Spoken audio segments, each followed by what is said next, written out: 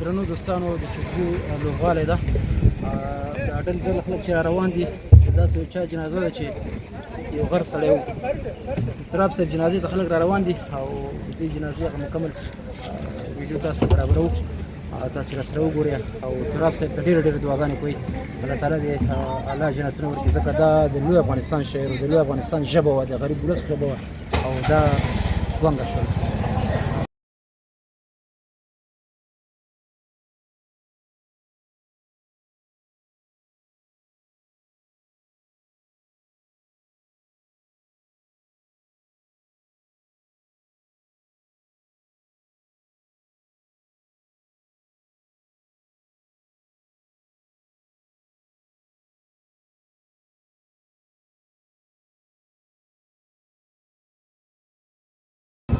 بسم الله الرحمن الرحیم. اول خو بدبختي سره وایم تراب صاحب چې دا یو ډېر عاجز فقیر انسان او ټول عمر غریب مهنت خواري وکړله، اوسپنې یې وټکولې او خپل هغه رزق چې ده هغه ځان ته او کورنۍ ته برابروي.